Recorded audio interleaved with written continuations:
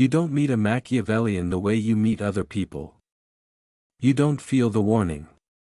You don't feel the tension. You don't feel the instinct to pull away. You feel calm. And that's exactly where the danger begins. Because the most dangerous person you will ever meet is not the one who intimidates you. It's the one who makes you feel completely safe, while quietly studying everything about you. There's a moment, subtle, almost invisible, when a connection begins. Not dramatic. Not explosive. No music swelling in the background like a movie scene. Just a conversation. A look. A question that feels a little deeper than usual. And in that moment, something inside you opens. That's how it started for Sophia. New York City was buzzing that night. The kind of energy that makes everything feel possible. People laughing too loudly, glasses clinking, the skyline glowing like it was putting on a show just for you. She wasn't looking for anything serious. Just another night. Another conversation. Another face in the crowd. Until she met him. Daniel. He didn't stand out in the way most people try to. No loud voice. No flashy entrance. No desperate need to be seen. If anything, he blended in. And yet, somehow, he was the one people gravitated toward. Not because he demanded attention. But because he understood something most people don't. People don't want to be impressed. They want to be understood. And Daniel was very, very good at that. He didn't start with a compliment. He didn't try to charm her. He asked a question. Why New York? Simple. But the way he asked it, slowed everything down. Not rushed. Not casual. Not distracted. Focused. Like he actually wanted to know. Sophia hesitated for a second. Most people ask questions just to talk about themselves next. But something about him felt different. So she answered. Honestly? I think I just didn't want to stay the same. He nodded slightly. Not in agreement. Not in judgment. Just acknowledgement. And then he said something that stayed with her longer than it should have. That usually means you're about to become someone stronger, or someone more honest. That line hit deeper than expected. Not because it was impressive. But because it felt precise. Like he had somehow tuned into something she hadn't fully said out loud. And that's when it happened. The shift. The moment where a stranger stops feeling like a stranger. Where conversation becomes connection. Where curiosity turns into trust. But here's the part no one tells you. That moment. It doesn't always happen because of chemistry. Sometimes. It happens because someone knows exactly how to create it. Daniel didn't dominate the conversation. He didn't interrupt. He didn't try to impress. He listened. And not just listened. He observed. Every pause. Every hesitation. Every subtle change in tone. And then he responded in a way that made Sophia feel seen. Not too much. Not too fast. Just enough. That's the part that makes Machiavellians so hard to recognize. They don't overwhelm you like narcissists. They don't demand your attention. They don't make everything about themselves. In fact, they do the opposite. They make everything about you. Your story. Your thoughts. Your experiences. And slowly, carefully, strategically. They build a version of themselves that fits perfectly into your world. It doesn't feel fake. It feels natural. It feels easy. It feels like you just met someone who gets you. But what you're actually experiencing is something much more calculated. Machiavellians don't chase attention. They don't need validation. They don't need to prove anything. They are playing a completely different game. A quieter game. A longer game. While everyone else is trying to stand out, they are trying to understand. Because once they understand you, they don't need to control you. You'll start aligning with them on your own. That's the brilliance of it. There's no pressure. No force. No visible manipulation. Just a growing sense of trust. A feeling that this person is safe. Reliable. Different from everyone else. And that's exactly what makes them dangerous. Because by the time you realize something is off, you're already emotionally invested. You've already shared things you don't usually share. You've already let them into parts of your life that most people never reach. And the most unsettling part? You don't feel like you made a mistake. You feel like you made a connection. That's the illusion. That's the design. That's how the long game begins. And once it begins, it doesn't rush. It doesn't push. It waits. It observes. It adapts. Because the goal was never to impress you. The goal was to position themselves inside your world. And from there, everything becomes easier. Now before we go deeper into this, because what comes next will completely change how you see certain people in your life, take a second to support the channel. If you want content that doesn't just inform you, but actually protects you in real life, hit subscribe. It helps more than you think, and it allows us to keep creating videos like this, honest, real, and built to help you see what most people miss. Now let me ask you something. And I want you to answer honestly in the comments. When you meet someone new, what makes you trust them faster? A. They impress you with confidence, charm, and strong personality. B. They listen deeply, ask thoughtful questions, and make you feel understood. Type A or B in the comments. Because your answer might reveal more than you expect about how someone like this could enter your life. Narcissists versus Machiavellians, the dangerous difference.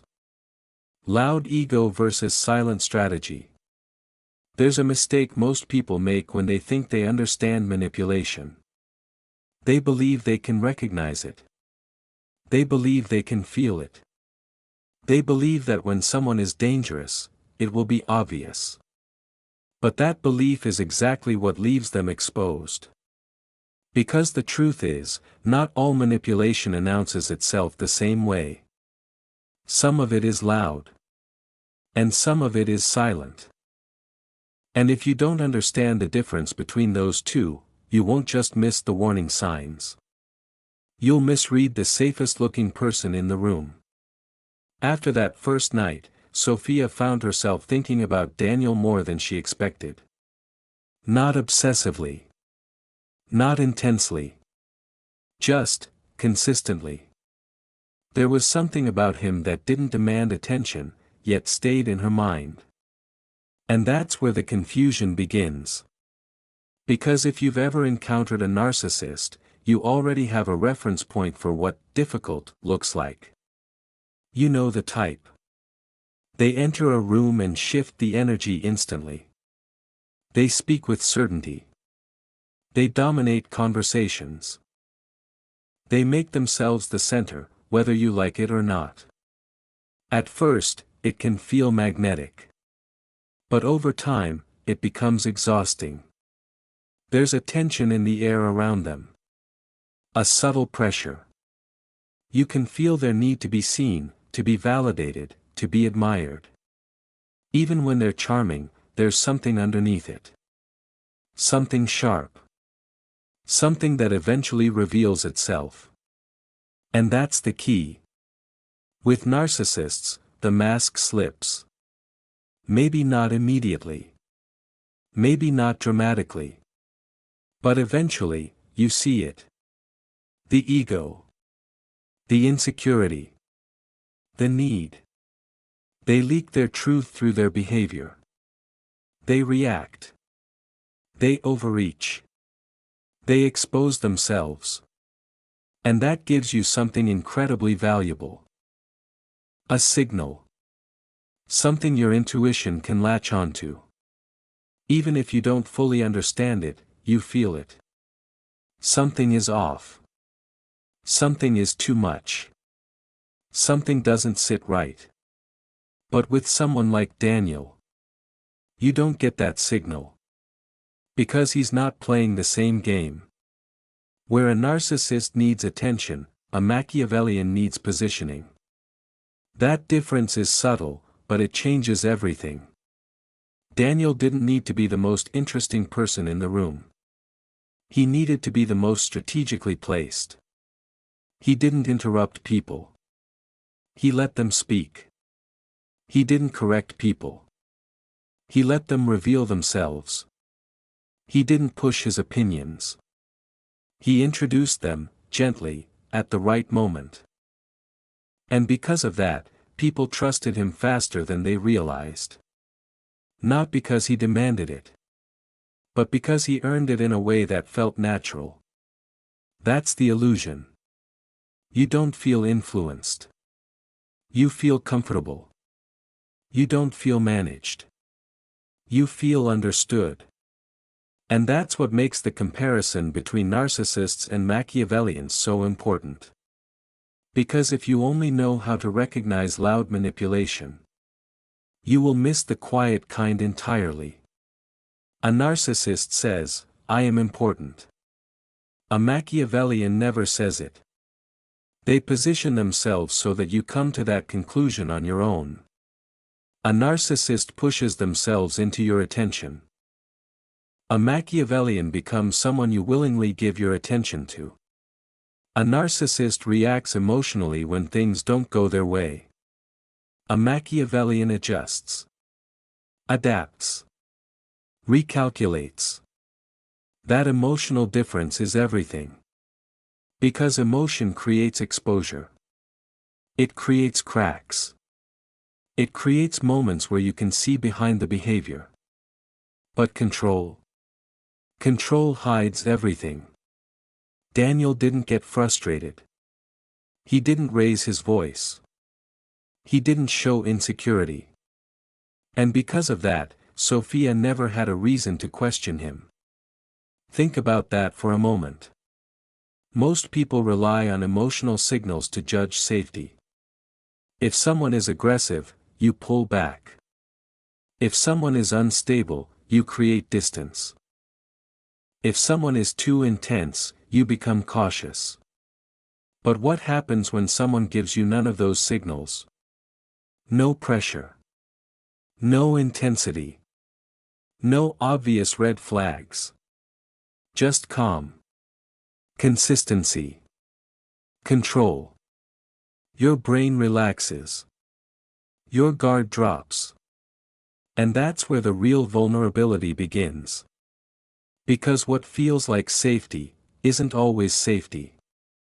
Sometimes, it's precision. Machiavellians understand something most people don't. People don't trust perfection. But they trust consistency. So they don't try to impress you. They try to be predictable in a way that feels reassuring.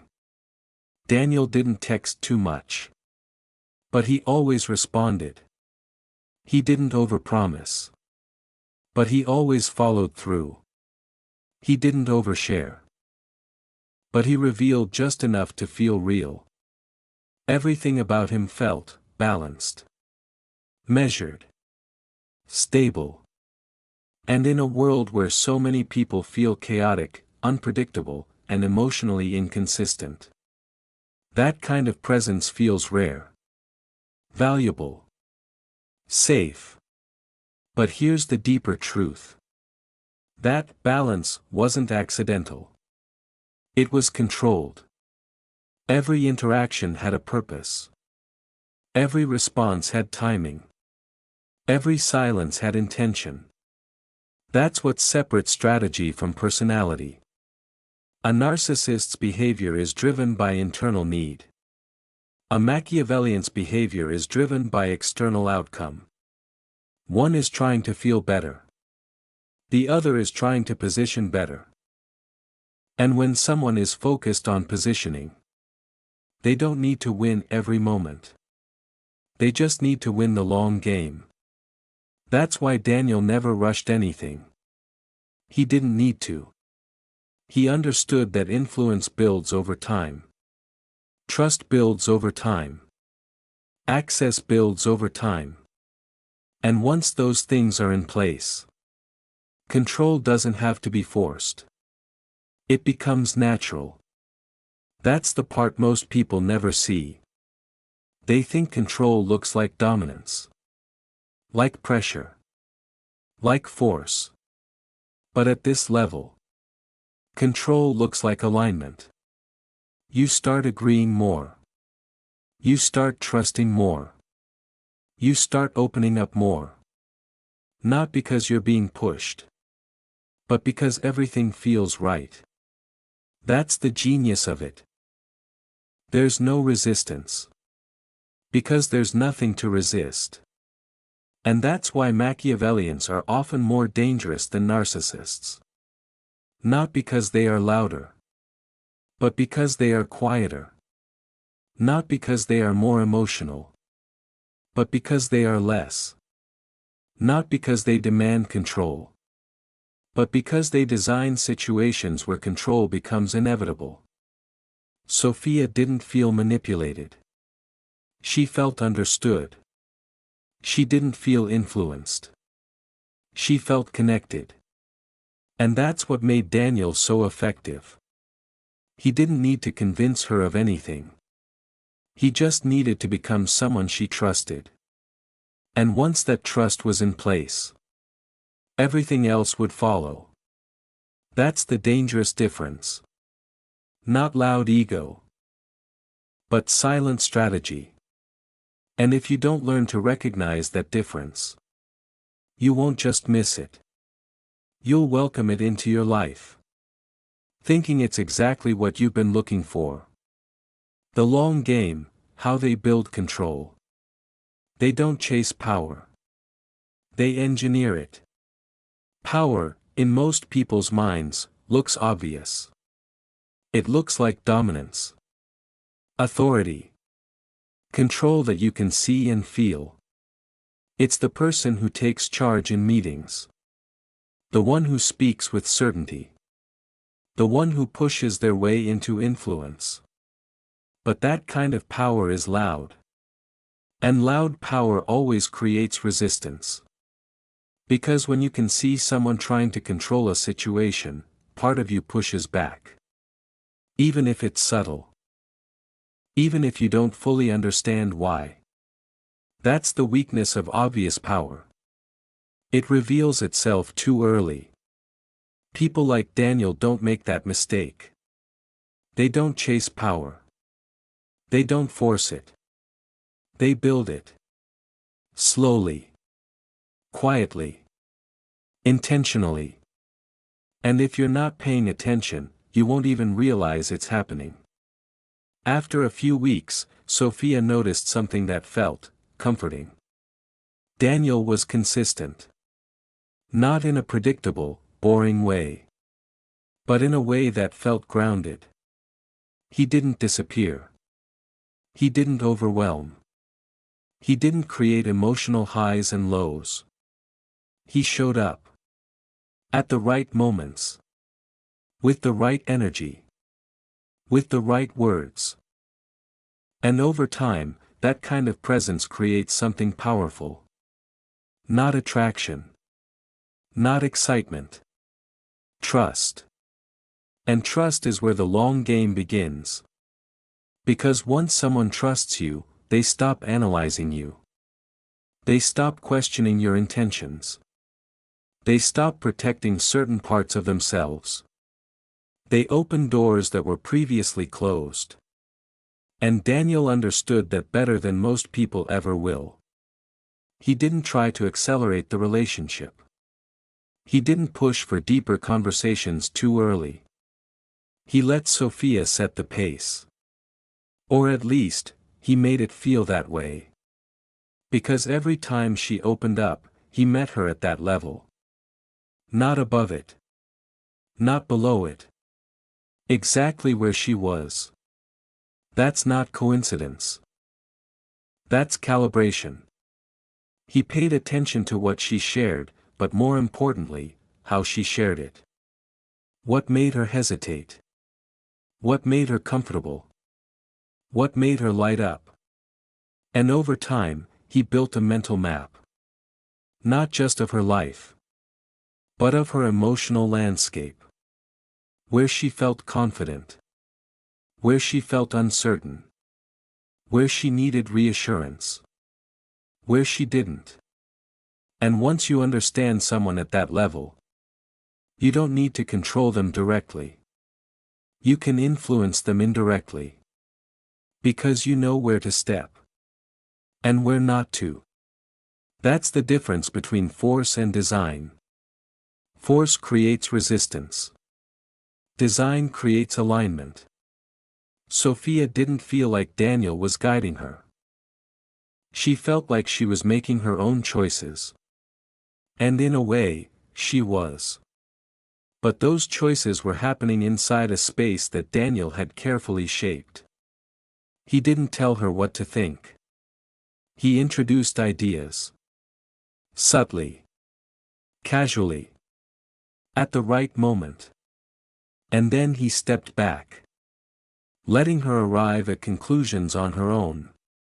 That's the brilliance of it. People trust their own conclusions more than anything. So if you can influence how those conclusions are formed, you don't need to argue. You don't need to persuade. You don't need to convince. The outcome becomes inevitable. Daniel also understood something else. Information is power. But not in the obvious way people think. It's not just about knowing facts. It's about knowing patterns. Sophia would talk about her day. Her coworkers. Her frustrations. Her goals. To her, it was just conversation. To him, it was data. Patterns in how she handled stress. Patterns in how she made decisions. Patterns in what influenced her mood. Every detail added to the map. And the more detailed the map became, the easier it was to navigate her world. Not to control it directly, but to move through it with precision. He knew when to support her. When to challenge her. When to stay quiet. When to engage.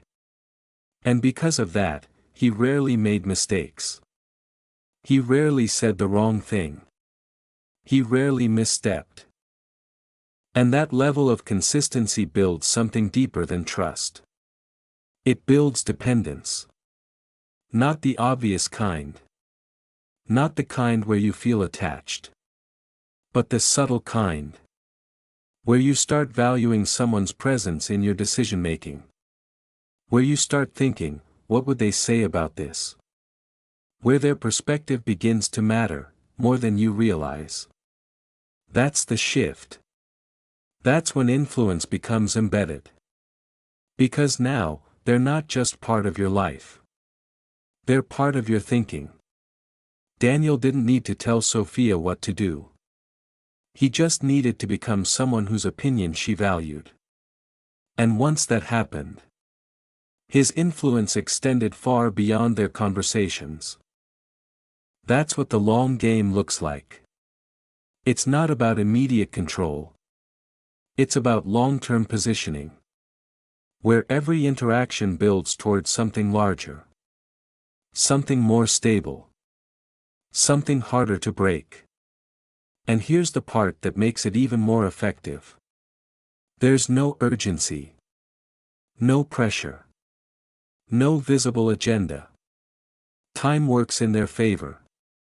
Because the longer it takes, the more natural it feels. The more real it feels. The more you trust it. And the less likely you are to question it. Sophia never felt rushed. She never felt pushed. She never felt like she was losing control. Because she wasn't losing control in a way she could see.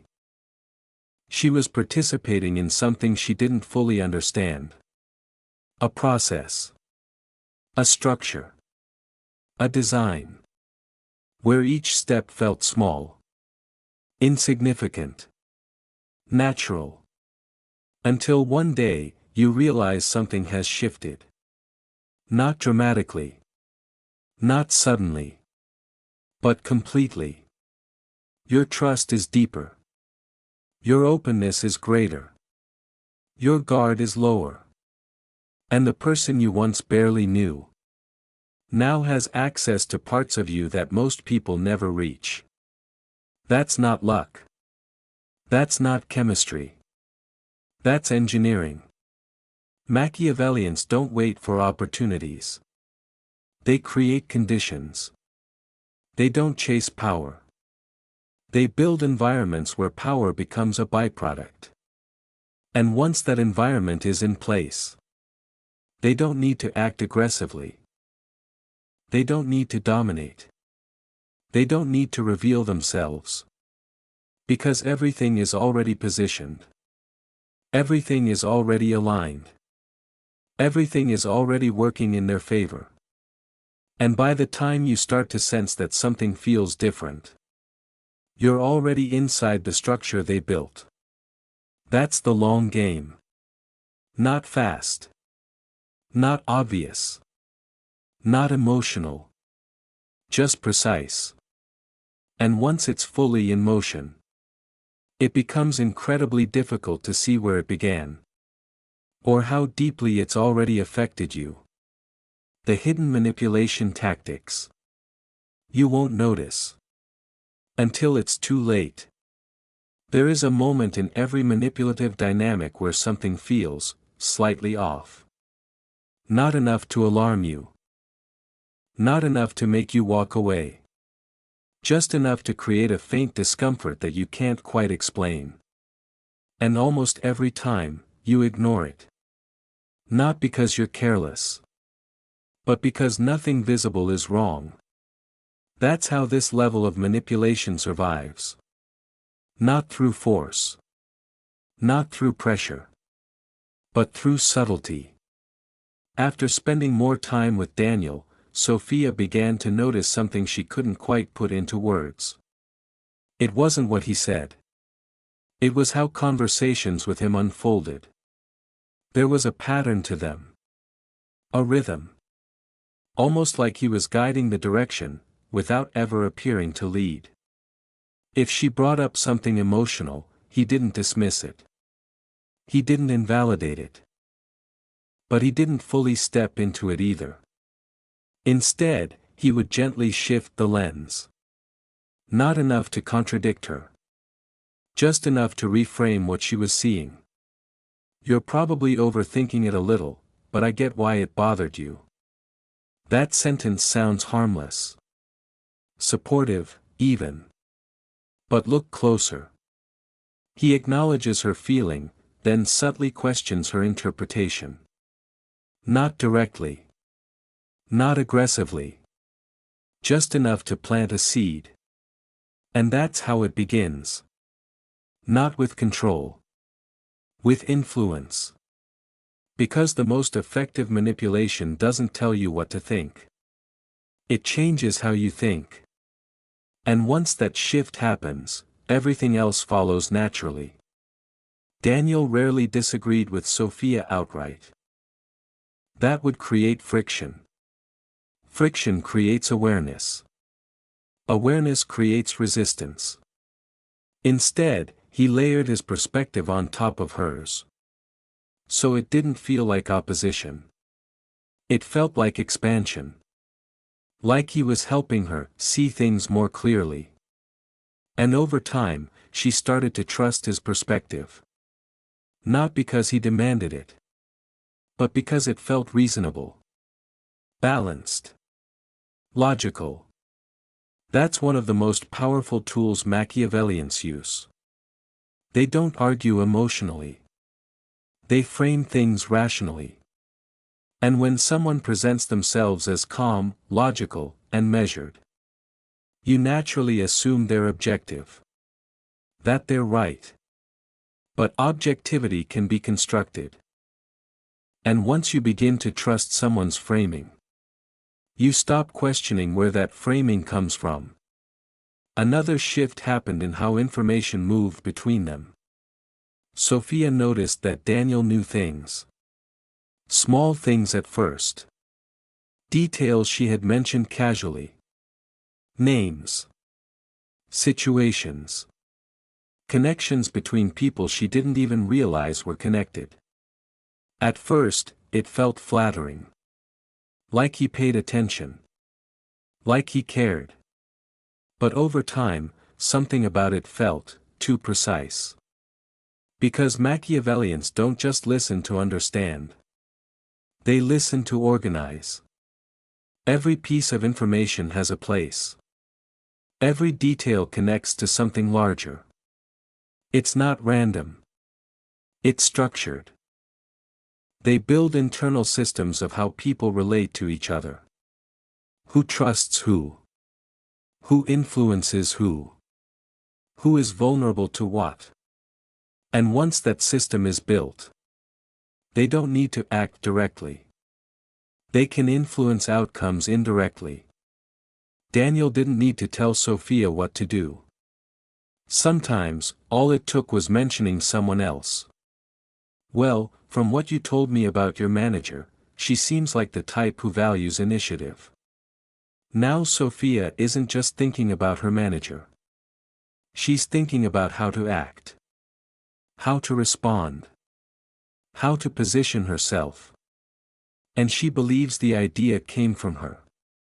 That's the key. Machiavellian manipulation rarely feels like manipulation. It feels like clarity. Like insight. Like guidance. Another tactic that's even harder to detect is silence. Most people think manipulation requires action. Words. Pressure. But silence can be just as powerful. Daniel didn't always respond immediately. He didn't always give feedback right away. Sometimes he would pause. Let moments stretch. Let Sophia fill the space. And in that silence, something interesting happened. She started revealing more.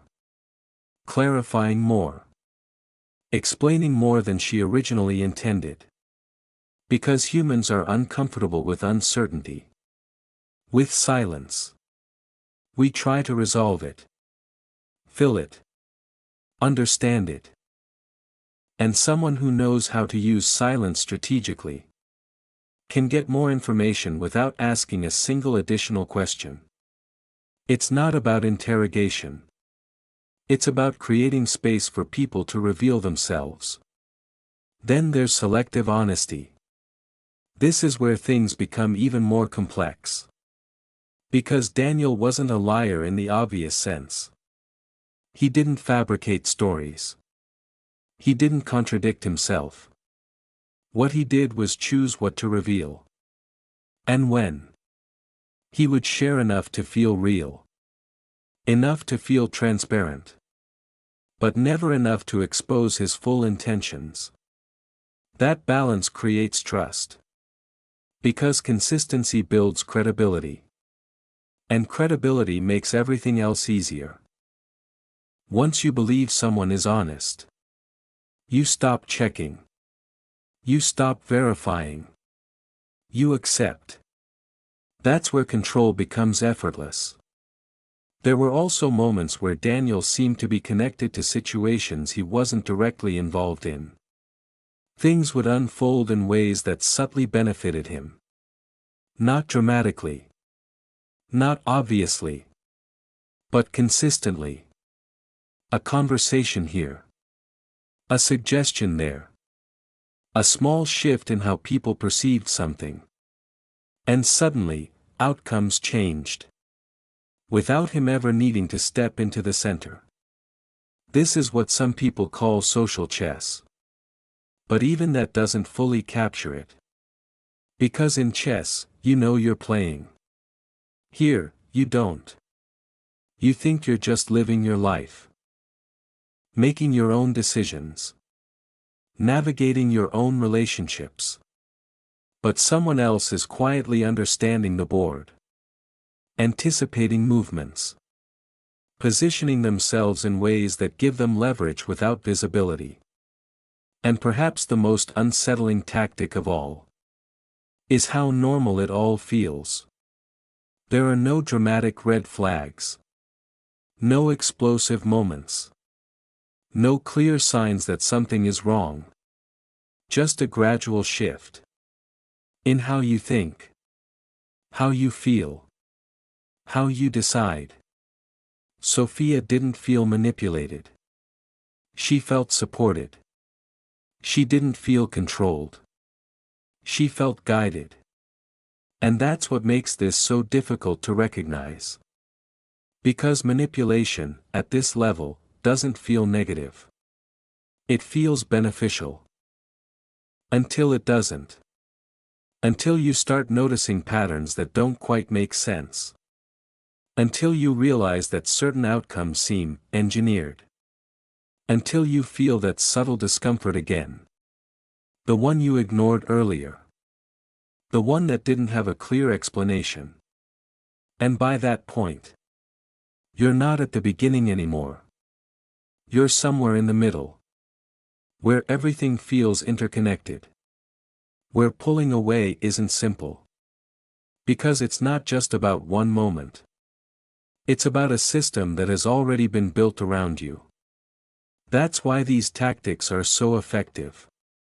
Not because they are aggressive.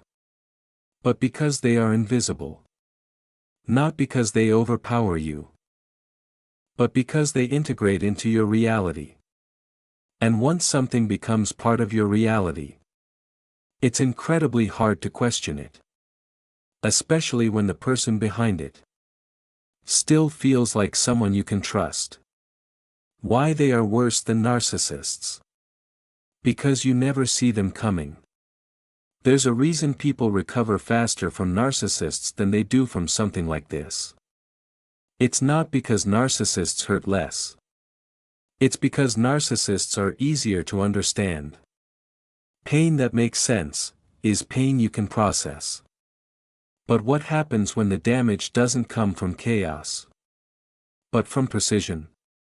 What happens when nothing feels obviously wrong, yet something inside you keeps shifting?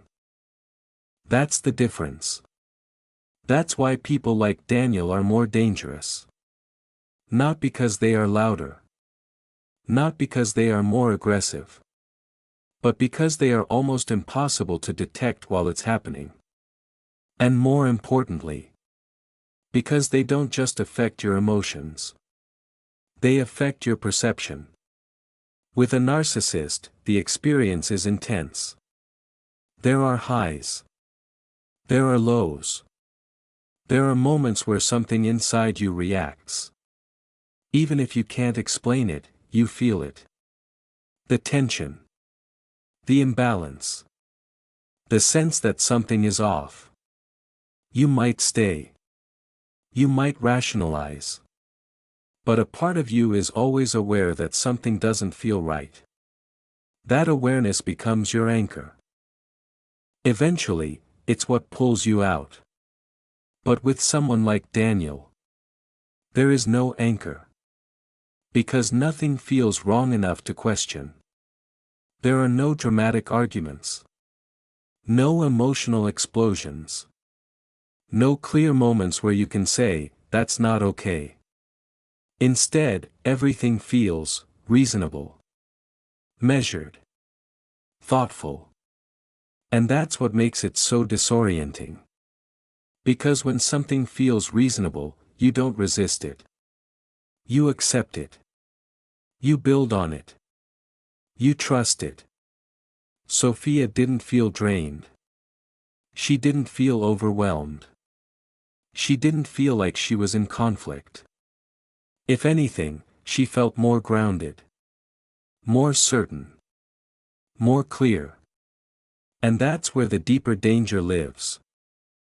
Because when someone makes you feel better while subtly reshaping how you think, you don't question their influence.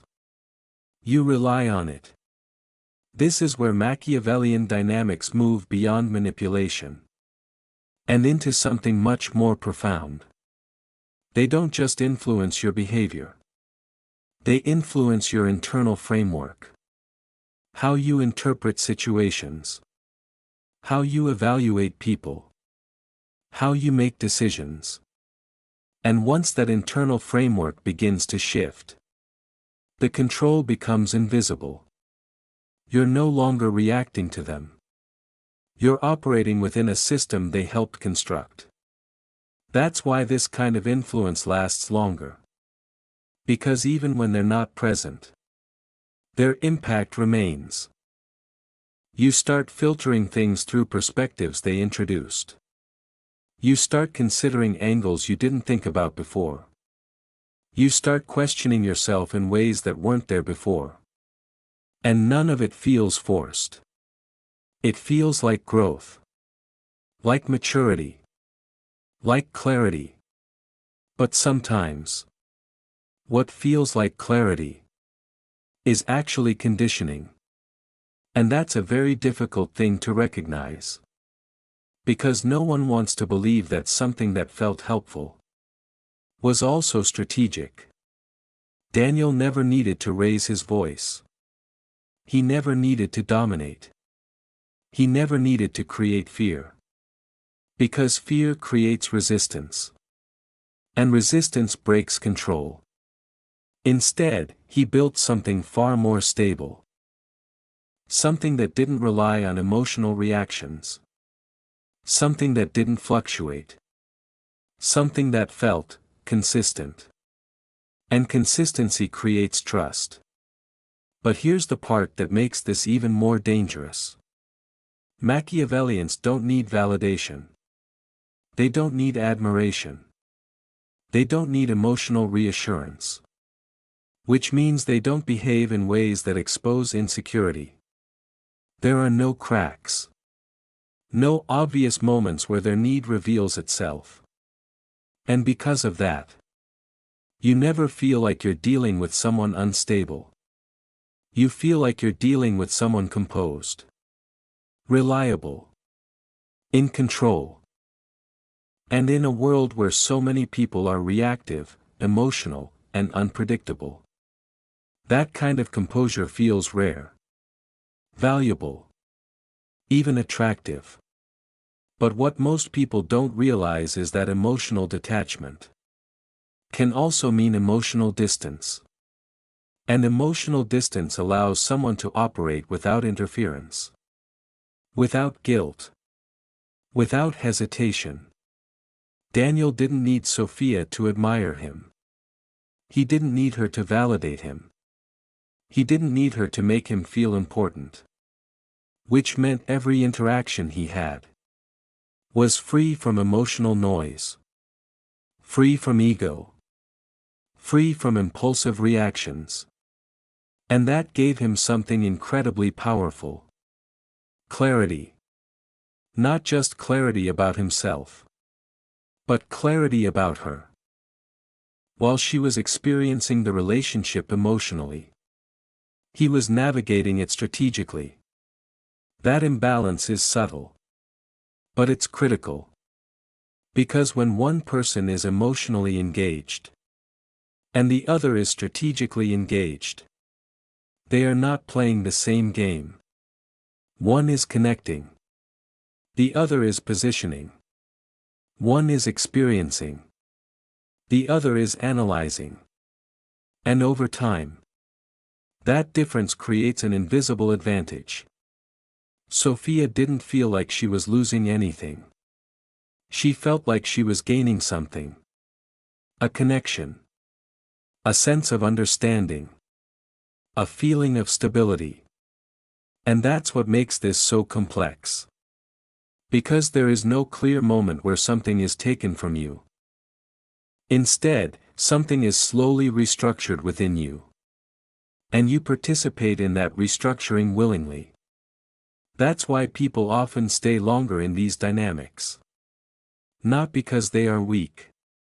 But because nothing feels urgent enough to leave.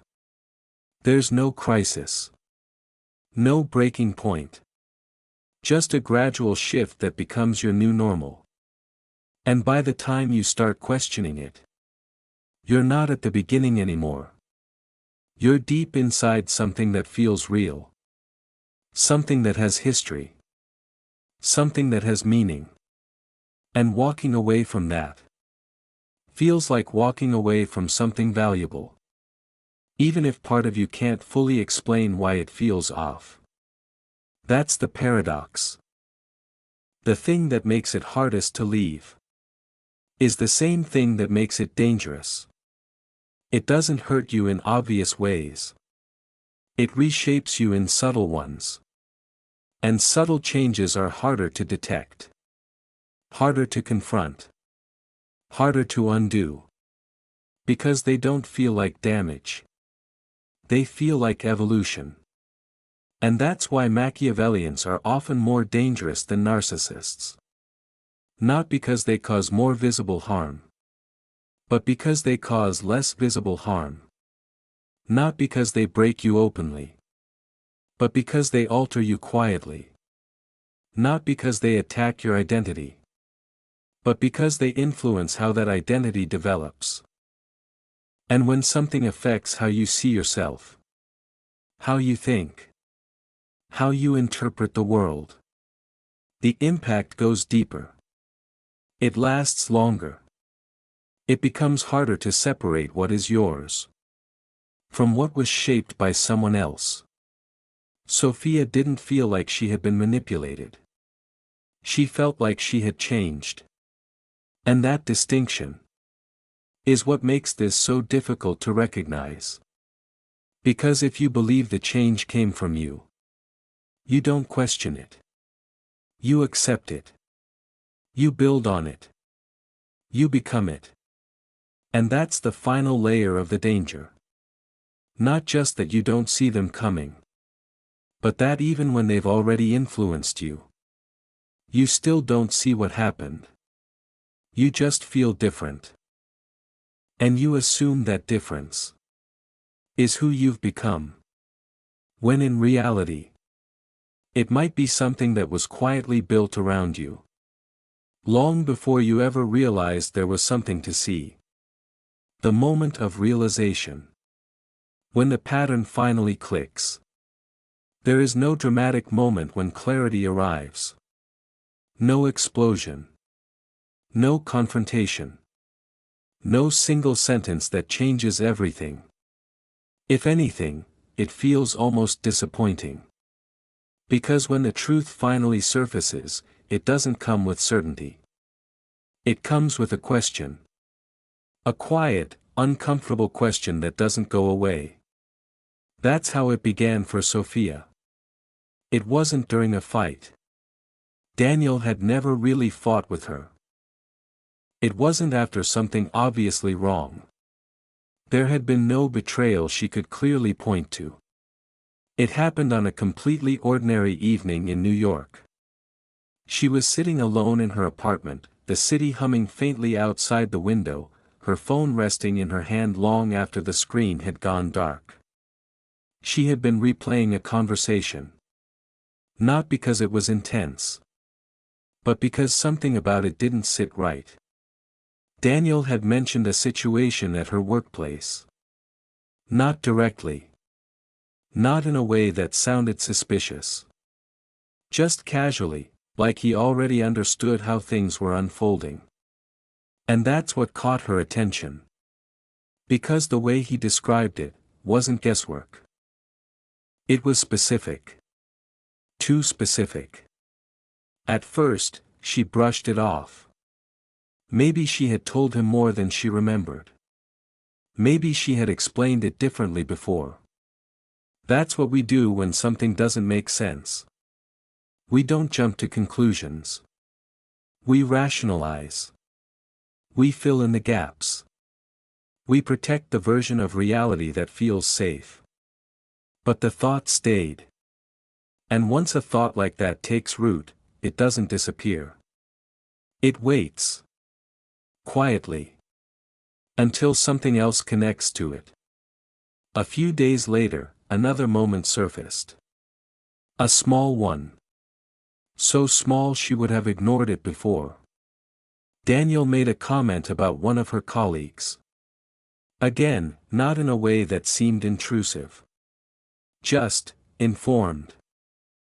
As if he had been watching the situation unfold from a distance. But he hadn't been there. He wasn't part of that environment. So how did he know? That question lingered longer this time. Not loud. Not urgent. Just, present. And slowly, something began to shift. Not in her feelings. But in her attention. She started noticing things she hadn't noticed before. The timing of his comments. The precision of his observations. The way certain outcomes seemed to align, just slightly too well. It wasn't obvious. It wasn't undeniable. But it was enough. Enough to make her pause. Enough to make her think. And thinking, in this kind of dynamic, is where everything begins to change. Because as long as you're not thinking, you're inside the experience. You're feeling it. Living it. Trusting it. But the moment you start observing it, you step outside. Just a little. And that distance is powerful. At first, Sophia didn't want to go there. She didn't want to question something that had felt so stable. So consistent. So, right. Because questioning it meant risking something. The connection. The trust. The version of reality she had built around him. So she hesitated. She told herself she was overanalyzing. That she was reading too much into small details. That nothing was actually wrong. And for a moment, that worked. But then something happened that she couldn't ignore. It wasn't big. It wasn't dramatic. But it was clear. Daniel referenced something she had told him in confidence. Not directly. Not in a way that would expose him. But in a conversation with someone else, it surfaced. Reframed. Repositioned. Used. And that's when the feeling changed. Not into anger. Not into fear. But into confusion. A deep, unsettling confusion. Because suddenly, the question wasn't just, how did he know that? It became, where else has this happened? And that's the moment everything starts to unravel. Not because something new is revealed. But because past moments begin to rearrange themselves. Conversations you didn't question before, now feel different. Comments that once felt insightful, now feel calculated. Silences that once felt thoughtful, now feel intentional. It's like looking at the same picture, but seeing a completely different image. And once that shift happens, you can't go back. Sophia sat there, replaying interactions. Not searching for proof, but noticing patterns. And the more she noticed, the harder it became to ignore. There was a structure to everything. A consistency that no longer felt natural. a precision that no longer felt coincidental. And what made it even more unsettling was how long it had taken her to see it. Not because she wasn't paying attention, but because there had never been a reason to look. That's what makes this kind of realization so disorienting. You don't feel like something just happened. You feel like something has been happening for a long time. And you're only now becoming aware of it. That realization doesn't come with clarity at first. It comes with doubt. Self-doubt. You start questioning yourself. Am I imagining this? Am I connecting things that aren't actually connected? Am I being unfair? Because the alternative is harder to accept. The idea that something so subtle could have been shaping your experience without you noticing. So your mind resists. It tries to protect you from that conclusion. But awareness doesn't disappear once it's activated. It lingers. It grows. It starts connecting dots you didn't even realize were there. And slowly, very slowly, the picture becomes clearer. Sophia didn't confront Daniel. Not immediately. Because confrontation requires certainty. And this wasn't certainty. This was realization. And realization is quieter. More internal. More personal. It's not about proving something to someone else. It's about seeing something for yourself. And once you see it, you don't need confirmation. You feel it. Not emotionally, but cognitively.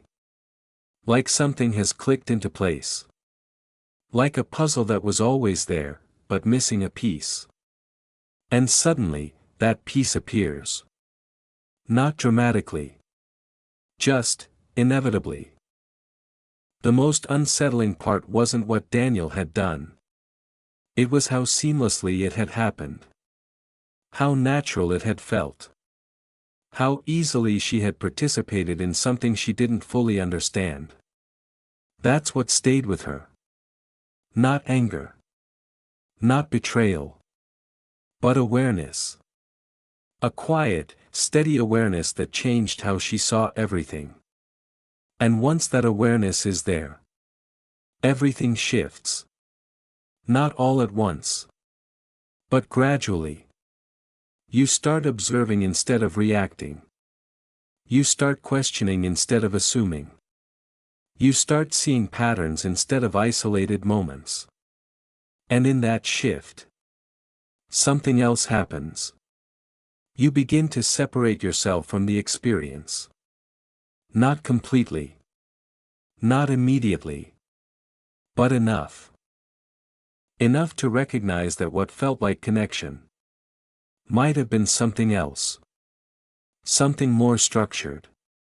More intentional. More controlled. That's the moment of realization. Not when everything falls apart. But when everything starts making sense in a way you didn't expect. And once that happens, you're no longer inside the story the same way. You're watching it. Understanding it. Seeing it for what it is. And from that point on, everything you thought you knew feels just slightly different. And that slight difference is the beginning of your clarity. How to identify Machiavellians early. The signs you should never ignore again. Once you see the pattern, you can't unsee it. But the truth is, most people don't want to see it early. Because early detection doesn't feel like clarity. It feels like doubt. It feels like questioning something that hasn't given you a clear reason to question it. It feels like distrusting someone who hasn't done anything obviously wrong. And that's why people like Daniel are rarely identified in the beginning.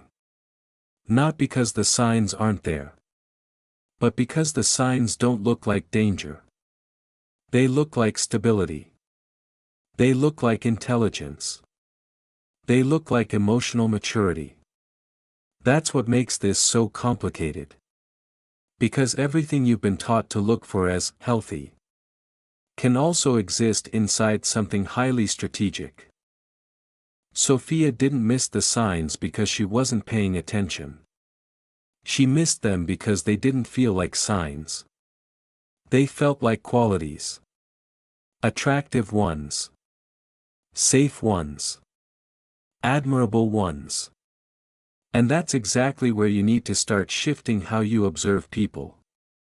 Because identifying someone like this early isn't about spotting red flags. It's about noticing patterns that don't quite match what you're being shown. The first pattern is emotional consistency that feels almost too controlled. Most people fluctuate. They react. They get frustrated. They get excited. Their emotional state shifts depending on what's happening around them. That's human. But Daniel didn't fluctuate. He didn't get visibly frustrated. He didn't show impulsive reactions. He didn't overreact or underreact. He stayed steady. And at first, that feels calming. Grounding. Like you're dealing with someone who has control over themselves. But there's a difference between emotional regulation and emotional absence. Regulation still has texture. You can feel it. You can sense the emotion underneath, even if it's controlled. Absence feels different. It feels smooth. Flat. Predictable in a way that lacks depth. And if you pay close attention, you'll notice that certain situations that would normally trigger a reaction don't. Not because the person is strong, but because they are not emotionally invested in the same way you are. That's the first signal. Not something loud. Just something slightly off. The second pattern is imbalance in curiosity. They ask. You answer. They follow up. You go deeper. And before you realize it, you've shared more than you intended. Not because you were pressured, but because the conversation felt natural, comfortable, flowing.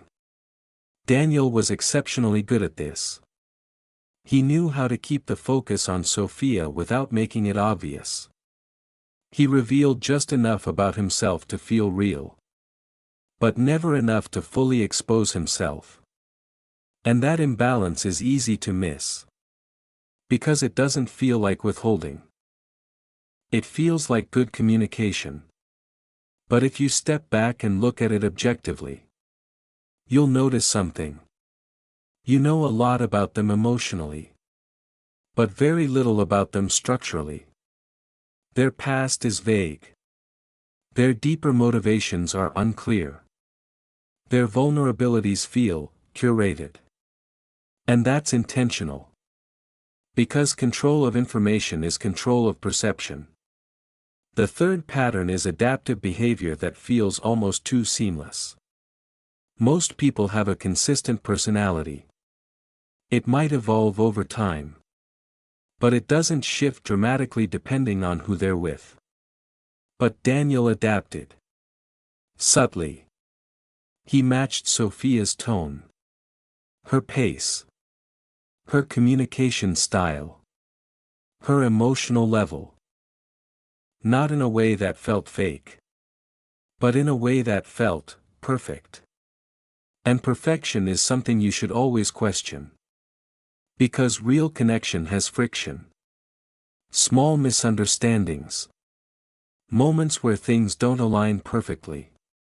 But when everything aligns too smoothly. It's worth asking why. Is it compatibility? Or is it calibration?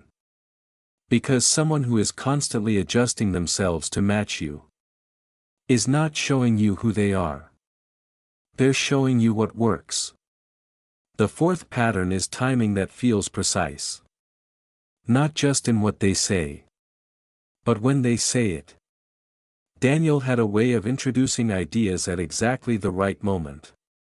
When Sophia was uncertain, he offered perspective. When she was confident, he reinforced it.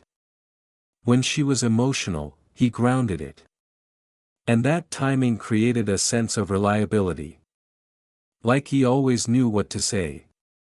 But the deeper question is, how does someone always know what to say? Because real people don't always get it right. They misread. They misunderstand. They say the wrong thing sometimes. But when someone consistently positions themselves perfectly in every interaction, that's not just emotional intelligence. That's observation, analysis, and strategic response. The fifth pattern is a subtle sense that they are always slightly ahead. Not in an obvious way. Not in a competitive way. But in a quiet, underlying way. They anticipate outcomes. They understand dynamics. They seem to know how situations will unfold, before they do. And that creates a sense of confidence around them. Like they are someone you can rely on. Someone who sees clearly. But it also means they are operating from a different level of awareness than you are. While you are experiencing the moment, they are interpreting it. Positioning within it. And that creates an invisible gap. A gap in awareness. A gap in control. The final pattern is the most important one. And also the easiest to ignore. You feel safe. But not fully seen. That feeling is subtle. It's not discomfort. It's not fear. It's just a small absence. Like something is missing, but you can't define what. You feel understood. But not deeply understood. You feel connected. But not fully connected. And most people ignore that. Because everything else feels right. The conversation flows. The energy is good. The person seems stable. So that small gap doesn't feel important. But it is. Because that gap is where the truth lives. It's the difference between someone who is connecting with you and someone who is studying you. Sophia didn't recognize these patterns at first. Because individually, they don't mean much. They're not proof of anything. They don't confirm anything. But together, they form something. A structure. A consistency. A pattern that becomes clearer over time. That's how you identify someone like this early. Not by looking for one obvious sign. But by noticing how multiple subtle patterns align. And more importantly, by trusting the feeling that something is slightly off. Even when everything seems right. Because your intuition doesn't always scream. It doesn't always create urgency. Sometimes, it just whispers. Quietly. Consistently. And if you learn to listen to that whisper, you won't need a dramatic moment to wake you up. You'll see it sooner. Before the structure is built. Before the influence takes hold. Before you become part of something you didn't fully choose. And that's the difference. Not avoiding people like Daniel completely. But recognizing them early enough. That you still have the space to decide how close you want to let them get. Reclaiming power and protecting yourself. Clarity is the only way out. Clarity doesn't arrive the way people expect it to. It doesn't feel powerful at first. It doesn't feel like strength. It doesn't even feel like relief. It feels quiet. Unsettling. Like something inside you has shifted, but the world around you hasn't caught up yet. That's where Sophia found herself. Nothing had exploded. Nothing had collapsed. Daniel hadn't revealed himself in some dramatic way. There was no final confrontation, no undeniable proof, no clean ending. And yet, everything felt different. The same conversations that once felt comforting now felt layered. The same presence that once felt grounding now felt calculated. The same connection that once felt natural now felt constructed. That's the first stage of reclaiming your power. Not action. Not distance. Awareness. Because before you can leave something like this, you have to see it clearly. Not emotionally. Not reactively. But clearly. And clarity is uncomfortable.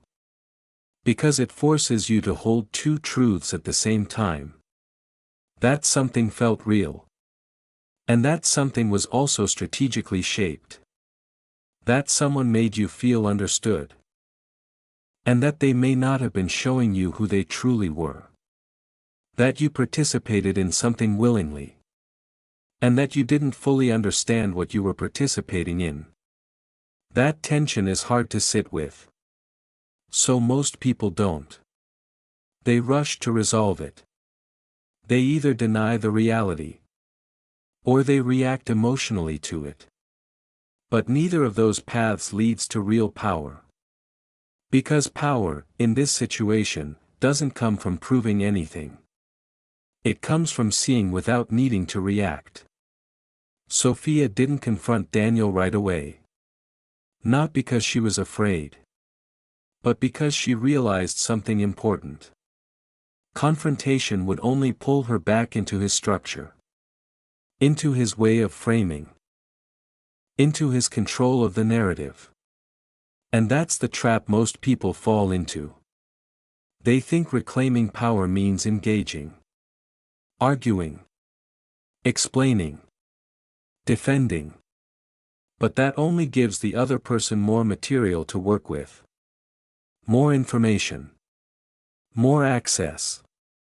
More influence. Real power begins when you stop feeding the system. And that starts with something very simple, but very difficult. You stop explaining yourself. You stop offering emotional reactions. You stop trying to be understood by someone who has already shown you how they operate. That doesn't mean becoming cold. It doesn't mean becoming distant in a dramatic way.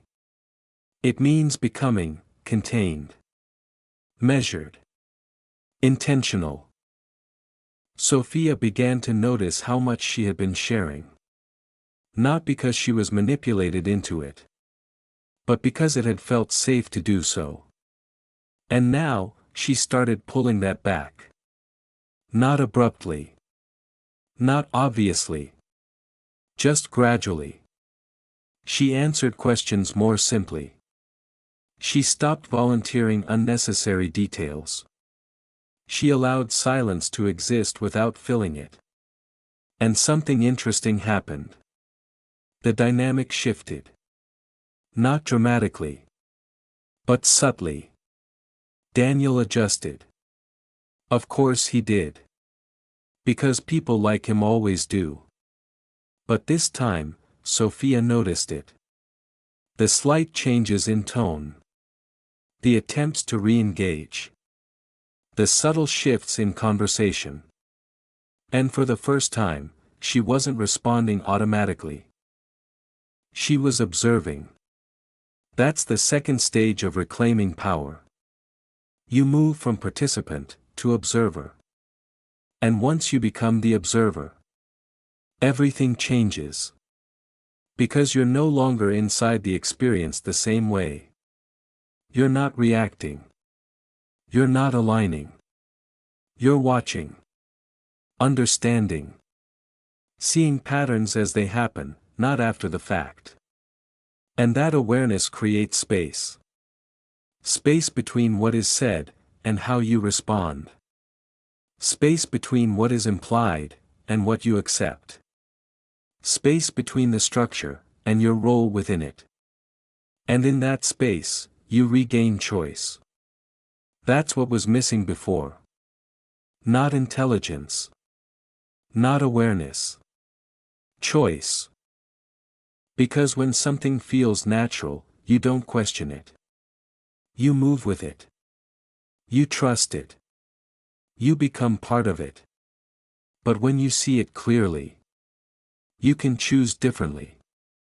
Sophia didn't need to expose Daniel. She didn't need to prove anything. She didn't need to win. Because this was never about winning. It was about stepping out. And stepping out doesn't require confrontation. It requires disengagement. Not physical disappearance. But emotional disengagement. You stop investing. You stop seeking validation. You stop placing weight on their perspective. And that's harder than it sounds. Because once someone has influenced your thinking, their voice doesn't just exist in conversations. It exists in your mind. You start hearing their interpretations. Their framing. Their perspective on situations. And part of reclaiming your power is recognizing that voice, and separating it from your own. That takes time. It takes awareness. It takes patience. But it's possible. Sophia began to ask herself different questions. Not, what would Daniel think about this? But, what do I actually think about this? Not, does this make sense based on what he said? But, does this feel right based on my own experience? That shift is subtle. But it's everything. Because it brings your center back to you. And once your center is back, influence loses its hold. The next part of protection is understanding that not all calm is safe. This is where most people struggle. Because they associate stability with trust. Consistency with safety. But consistency can be constructed. Calm can be controlled. And without emotional signals, it's harder to detect intent. So instead of asking, does this feel calm? You start asking, does this feel real? Is there depth? Is there mutual openness? Is there unpredictability in a human way? Or is everything too smooth? Too measured? Too perfectly aligned? Because real connection has imperfections. It has friction. It has moments where things don't fit perfectly. And those imperfections are what make it real. Sophia began to value those imperfections again. Not as problems. But as signals. Signals that something was genuine. Unscripted. Human. And as she reconnected with that, something else became clear. She wasn't naive. She wasn't weak. She wasn't someone who had been easily manipulated. She was someone who had encountered a level of strategy that most people are not prepared for. And that distinction matters. Because how you interpret your experience shapes how you move forward. If you see it as weakness, you become more guarded, more closed, more fearful. But if you see it as awareness gained, you become more discerning, more grounded, more intentional. And that's where real protection comes from. Not from building walls, but from sharpening perception. From learning to observe without rushing to trust. From allowing time to reveal patterns. From understanding that connection is not something to be rushed.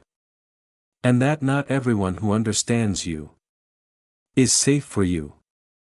Sophia didn't walk away with anger. She didn't walk away with resentment. She walked away with clarity. And clarity is quieter than people expect. It doesn't demand action. It informs it. It doesn't create urgency. It creates direction. And most importantly, it restores your sense of self. Not the version that was influenced.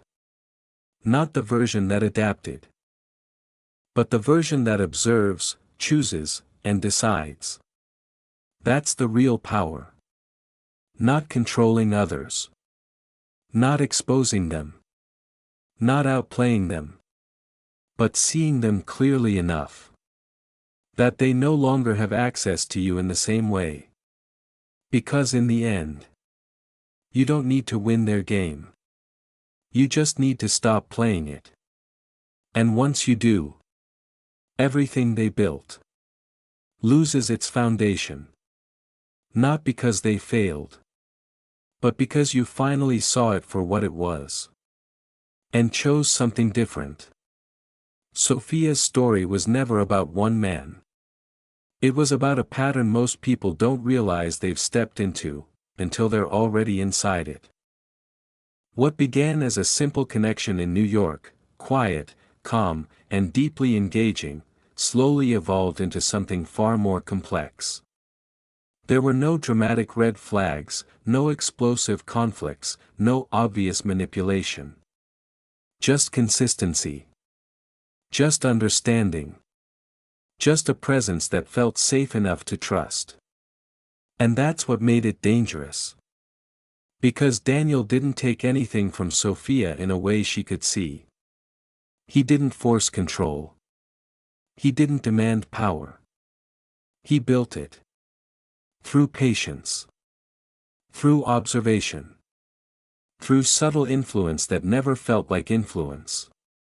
And over time, Sophia didn't feel controlled, she felt aligned. That's the illusion that makes this kind of dynamic so powerful. You don't feel like you're losing yourself. You feel like you're becoming a better version of yourself. Clearer. More grounded. More certain. Until one quiet moment, everything begins to shift. Not because something new happened. But because something finally made sense. The realization didn't come with anger. It came with clarity. A slow, uncomfortable awareness that what felt natural had been shaped. What felt mutual had been guided. What felt like connection had also been strategy. And here's the hardest part to accept. Nothing about that experience makes Sophia weak. It makes her human. Because the truth is, most people are not trained to detect this level of psychological precision. We are taught to watch for loud signals. Ego. Anger. Control. But we are not taught to question calmness. We are not taught to analyze consistency. We are not taught to recognize when someone understands us, for a purpose. That's why this story matters. Because the lesson is not about fear. It's about awareness. The deeper lesson is this. Not everyone who understands you is there to support you. Some people understand you, so they can position themselves within your life more effectively. And the way you protect yourself is not by becoming cold, closed off, or distrustful of everyone. It's by becoming more conscious. More present. More aware of patterns over time. It's by slowing down your trust. Not denying it, but allowing it to develop with evidence, not just feeling. It's by noticing how much space exists in a relationship. Is there mutual openness? Or is one person always learning, while the other remains slightly out of reach? It's by paying attention to your internal signals. Not just when something feels wrong. But when something feels too right without depth. And most importantly, it's by returning to your own voice. Because the moment you start thinking through someone else's lens more than your own, that's the moment you need to pause. Reflect. Recenter. And ask yourself, is this me, or is this something I've absorbed? Sophia didn't win by confronting Daniel. She didn't win by exposing him. She didn't win by outplaying him. She won by seeing clearly. By stepping back. By reclaiming her perception. And choosing herself again. That's the kind of power that no one can manipulate. Because it doesn't depend on the other person. It depends on your ability to see and choose.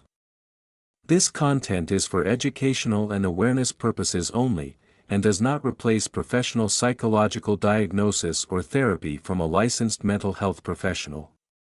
Now I want to ask you something, and I want you to answer honestly in the comments.